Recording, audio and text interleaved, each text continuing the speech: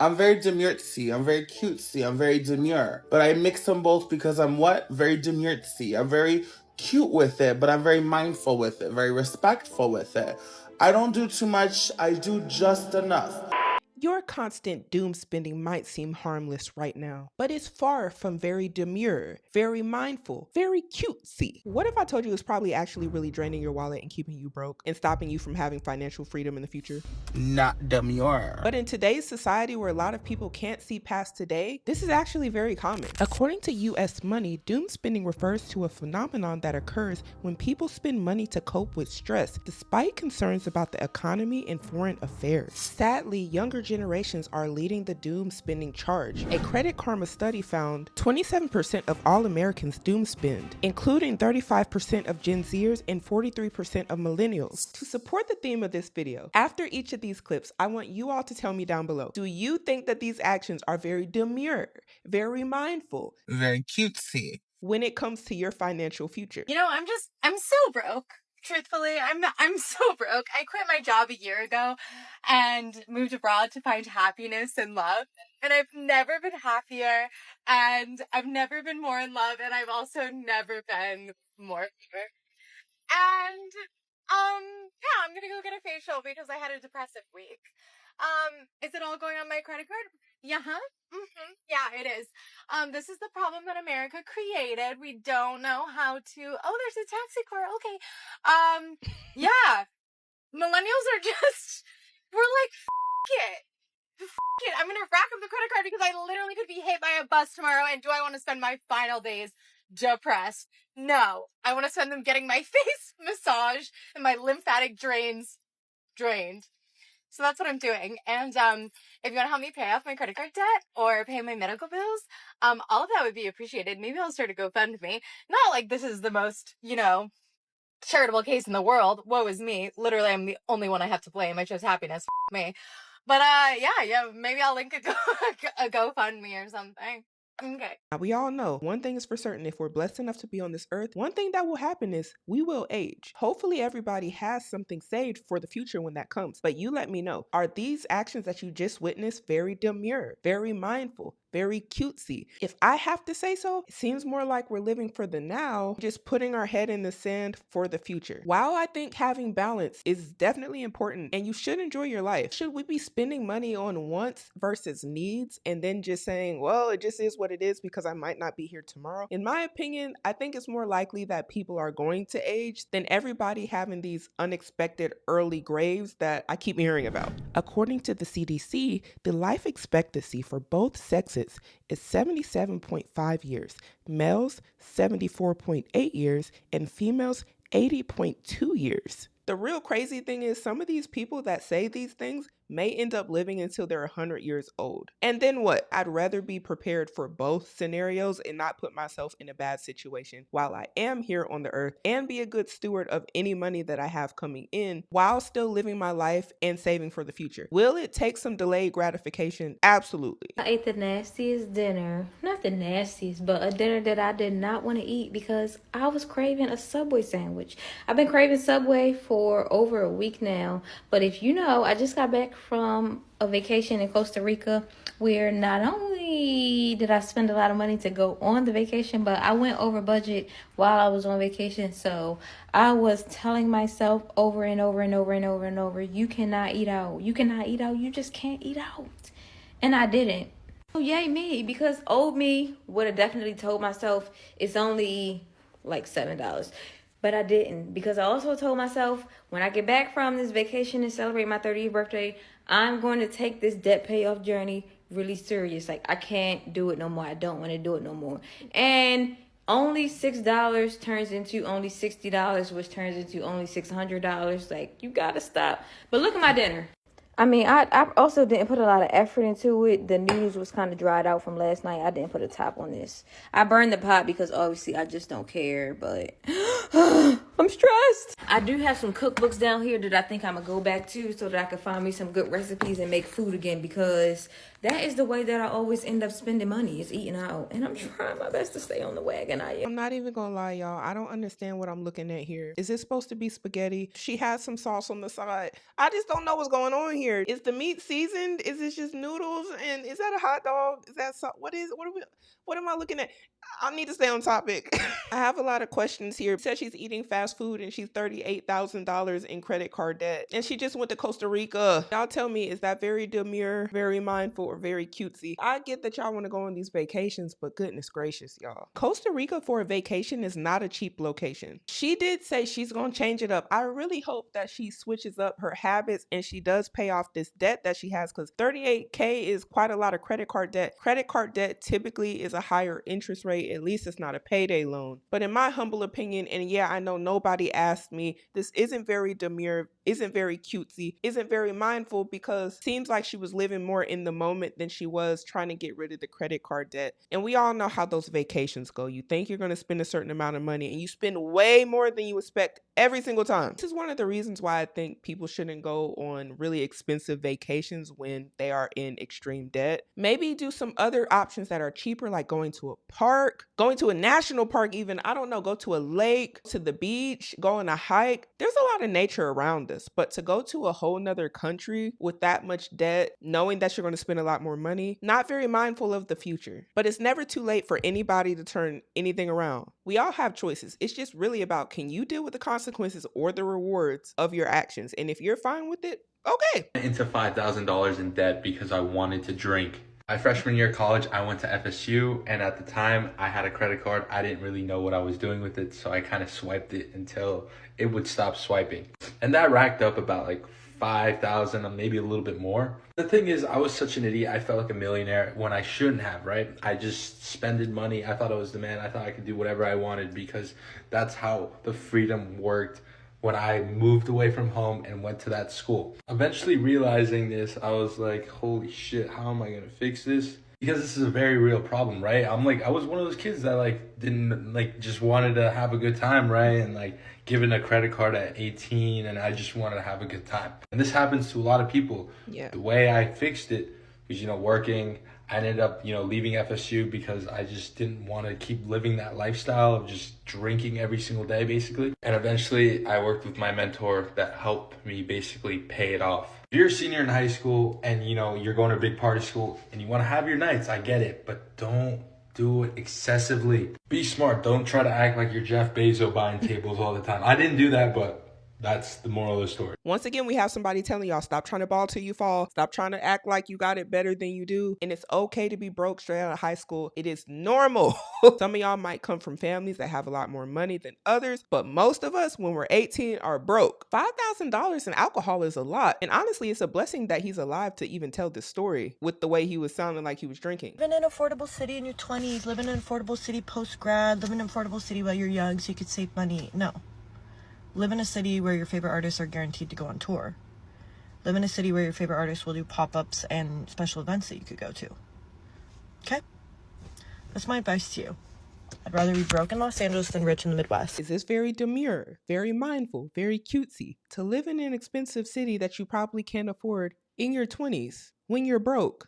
To say go to concerts where your favorite artist will be so you can then spend more money to make them rich when they're already rich, and relying on the fact that you love their music so much that you're willing to go out and to go into debt and to use buy now, pay later options in order to see them at their shows?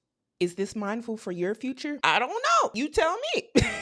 Will you typically end up spending more money living in these sort of cities because the cost of everything is typically higher and you're broke? Are you then going to end up complaining about things because you live in an expensive city that you probably can't afford, because you want to live a lifestyle that you probably can't afford? Is that very smart? Is that very mindful? Is that very cutesy? I've noticed that this fancy pants rich McGee trend, a lot of people are making videos about people having savings, and apparently that's fancy or a rich person thing to do, and that is terrifying. Some of the comments that are on those videos are people literally saying, how do you have any money left at the end of the month to put into savings?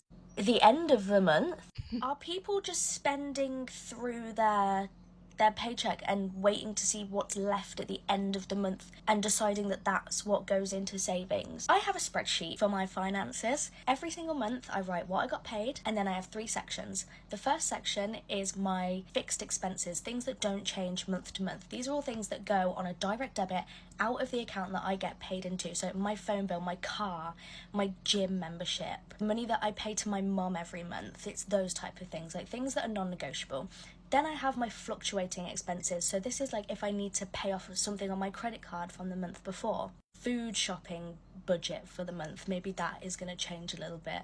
My petrol budget, maybe I'm going to be driving some months more than others, so that needs to change a little bit month on month. And the third section is my savings. It is non-negotiable that I put £220 into my lifetime ISA, which is mine and my boyfriend's shared house deposit savings. And then by the time I've totaled up everything that I've already budgeted for and taken that away from my total, I'll have what's left. And the rest of that is either going to go into my other savings or into my spending for the month. I usually end up with £300 to £400 for spending for the month, depending on how much I put on my credit card the month before. Then I can split the rest, sort of small amounts, between my stocks and shares and my car insurance savings. That way I just know where everything's going. Everything is accounted for. If you are just spending throughout the month and paying for your bills as and when they come and just waiting to see what's left at the end of the month to put that into savings, you are living life on the edge, and I am terrified of you. I like that she's getting prepared for the future and she has a budget for herself and all of her expenses, and she's not waiting to the end of the month to try to figure out what's what, because that's just a bad way to do it, to just be out here doom spending like you don't have anything to worry about, and then you run out of money trying to figure out where more money is going to come from, but you're not willing to work for more money, and you just complain that you don't have any more money until the next month when you get some money, and then you repeat the cycle over and over and over again because you're not planning to have extra of anything. You're planning to spend it all. I'm going to tell you guys why I stopped saving money and why it was the absolute best decision of my life, okay? So from the ages of like 20 to 23, I was extremely like so strict on every aspect of my life. I was like, I need to get married, I need to have kids, I need to be saving my money. I was like constantly preparing for a rainy day that like it just felt like it was never coming. I don't have any trips. I didn't have that many memories. I was just in the zone, okay? Fast forward to me being 24, and like I just took a step back in my life and I was like, what am I doing? I'm not having fun. I'm young. Why am I doing this to myself? I started going on trips. I started making memories with my friends. Like, I'm single. I was enjoying, alhamdulillah, every aspect of my life. Granted, my bills were paid, but there wasn't really that much money in my bank account because I was spending it all. Never in my life regretted a dollar that I've spent. I was the happiest I could ever been. And I could never look at my bank account and be like, man, I really shouldn't spend that money. Not limiting yourself to fun changes your life for the better, because truly money is going to come and go no matter what. So you might as well spend it on things that you want to do. And I look at myself now, I'm 26, single. I, like, alhamdulillah, have the absolute best memories in life. And I always say this, every year of my life just keeps getting better. And I can't say alhamdulillah enough. But like the small town mentality that I feel like the people in the area that I live in are like, I could never, ever, ever, ever value what someone thinks of me and like more than what I think of myself. I don't know the standard, like you need to get married, you need to have kids, like you're on a timeline, babe, I'm not on no timeline, okay? And you're not gonna make me feel bad about it. Don't let anybody make you feel bad that you have no money, okay? My mom is gonna watch this and be like, I'm gonna literally beat this girl's ass. Now y'all tell me, very mindful, very demure, very cutesy. Yeah, you should have fun. Do I think you have to blow every penny in your bank account? Not saying that's what she was doing, but she said it's gone pretty much at the end of the month. But she's happy, and I'm glad that she's happy. I would just challenge people to think past today. Perhaps you also could do both. Save money and also enjoy your life. Because there is a good point of what are you saving all this money for? And I think that's going to differ from person to person, and you do need to think about that, because what is the point of having all this money if you have nothing you want to do it for? What do you dream of doing? Is there somewhere you've always wanted to go? Is there a certain life that you're trying to build that you know you can't build unless you delay some gratification now? In my opinion, money is a tool and able to get the life that you want. Now, for some people, it's a tool to make more money so then they can live the life that they want, or it's a tool for now so you can get the things that you want right now and you really don't have any sort of idea of what a future will look like when you can't work. Now, that's a little bit scary. I don't think that most people just want to work past 50, 60 years old because in their prime years, they weren't willing to delay any gratification if everyone is blessed to reach those ages. But I know at 50, I'm not trying to be working. But I do know that if I have a mentality right now, like if every dollar that enters my bank account, I'm going to go doom spend, like I'm not going to be alive tomorrow, and I actually do make it to those ages, one thing will be for certain, I will be working, especially if I haven't been putting anything towards a 401k or any investments that are passive so I can can stop working. If you're okay with these sort of things, then live for now. But if not, then I would consider thinking about the future, because that's what happens when you don't prepare. You end up being tired at work, greeting somebody at Walmart, and checking the receipts. I am done saving money. Every time you put the money in your account, it leaves your account. Bills are due. Your car needs to be repaired. Your rent is due. You have to buy groceries. It just literally never ends. It's crazy to me that not only are we expected to work every single day of our lives, but we're also expected to have a healthy savings account. Who is saving their money these days? Don't get me wrong. If I had the ability to have a fat savings account, I would. But saving just means that there's so many sacrifices that we have to make. Going out to eat, forget about that. Getting coffee every day, forget about that. If we die tomorrow and we haven't been treating ourselves, what the heck is the point? I think I'm entering my treat yourself era. I don't think I could be stopped. All right, so she just said saving money means there's going to have to be sacrifices made. Going out to eat. Is it possible to save, or are we just not willing to make the sacrifice? Are you team saving money, or are you team treating yourself? Is this very demure, very mindful? The thought process of when she said who is saving money, and then when you say, oh, there are sacrifices having to be made in order to save money, that's who's saving money. The people who are willing to sacrifice, the people who are willing to delay gratification, the people who aren't out doing hauls, the people who aren't out buying expensive cars, the people who aren't going and buying houses that they can't afford, the people that are not just living within their means, but maybe even living below their means, the people who whenever they get a pay raise, they don't adjust their cost of living and they live exactly like they were off of their previous pay wages, the people who are putting money into their 401ks, their brokerage accounts, the S&P 500, their emergency funds. These are the people who end up saving money. And yes, it can be done. I didn't say it was going to be easy, but it can be done. There are people picking up shifts, doing jobs, getting 2 jobs, and they're getting more income so they can have money in these savings accounts.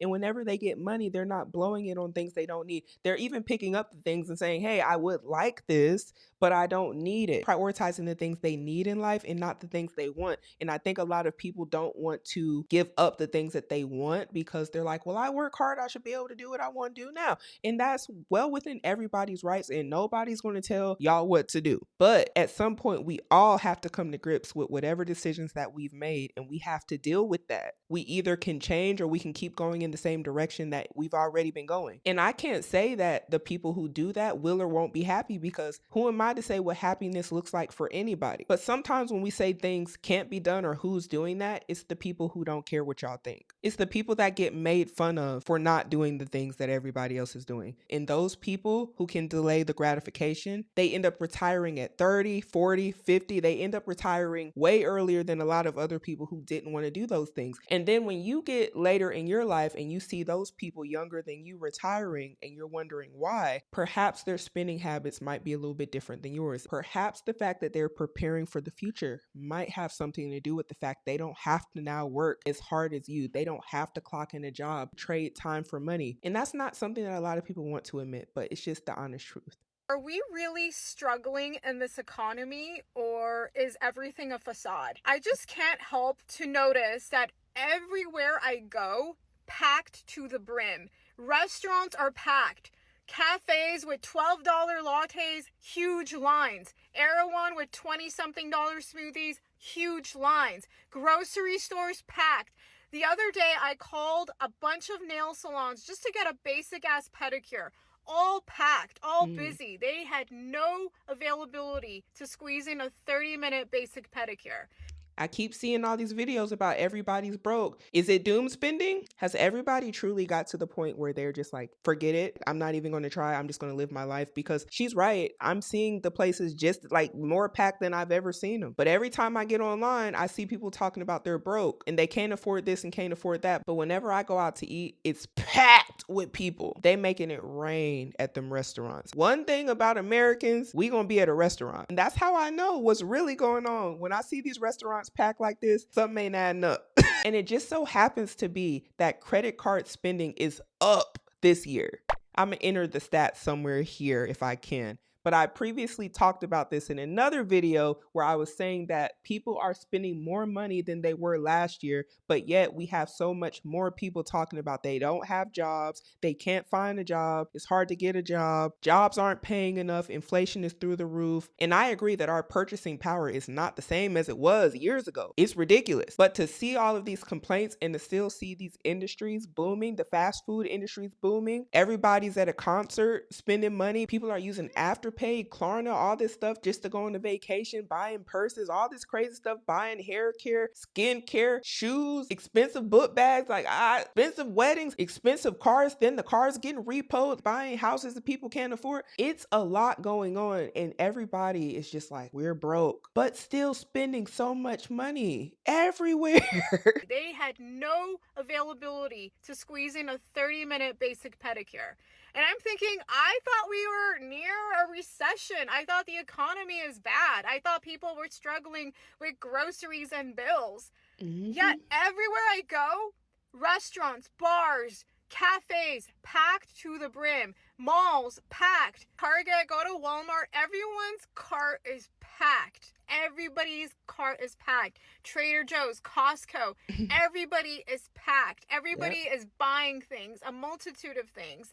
And everything is more expensive due to the inflation. But where are people getting this money from then? I thought we were struggling. Am I the only one who's been noticing this? So from my last video, many of you guys have said that people are just putting everything on their credit cards. And that's why people are spending left and right. That's why we see every place we go to packed to the brim. And I agree with that. However, I want to add to this equation of the fact that people don't care about having a savings account anymore. What we were taught and how we were raised, what your parents did, what your grandparents did with savings account is out the window. That extra $50 left on your paycheck, you're not going to put it in a savings account. 95% of you is going to blow it somewhere at TJ Maxx, buy a video game or buy makeup or whatever. Because there's no point in having a savings account anymore. We are coming freshly out of the where we lost everything. We lost money, savings, people, businesses, and our sanity. Coming out of the most people are angry, they're emotional, and yes, swiping that credit card creates this dopamine rush. Also, a lot of you were saying that the migrants that are coming in are being funded to have this lifestyle by having EBT cards and excessive amounts of money. I agree with you guys, totally. I totally think that could also factor in here, but let me just mention that casinos, airports, sports stadiums, Taylor Swift concerts. I mean, these are not migrants attending these venues. Let's just be real here. She brought up some great points there. I wanted to see what you all thought about doom spending. So I asked you all today, what do you think of people spending money on wants now and not preparing for their future? 47% said they'll regret it later. 5% said YOLO, spend now, live now. 37% said they'll figure it out eventually. And 12% said they might not make it to retirement. And I read some of the comments under this post and it was very interesting. So y'all check out the community tab. I do a lot of polls under there because I just like to get people's mindsets. And that poll was actually out of 3.5 thousand votes. While I think that you can live a happy, fulfilling life, maybe we can also still prepare for the future by doing things like investing into our 401ks, brokerage accounts, savings accounts, emergency funds, things of that sort, so we can be prepared for anything that life happens to throw at us. You can still have a good balance of enjoying your life and doing the things that you love to do and being prepared for the future. So then you don't have to look around for somebody in order to help you or to save you if you're in a situation. Because I see it too often, y'all. People get old and then they start looking around trying to figure out who can help them. Sometimes you got to help yourself, and this is the time. If you woke up today and you can make change, even a little bit of change, it's still a start, and it's better than doing nothing at all, in my opinion. We have to start making better decisions today in order to have a better future.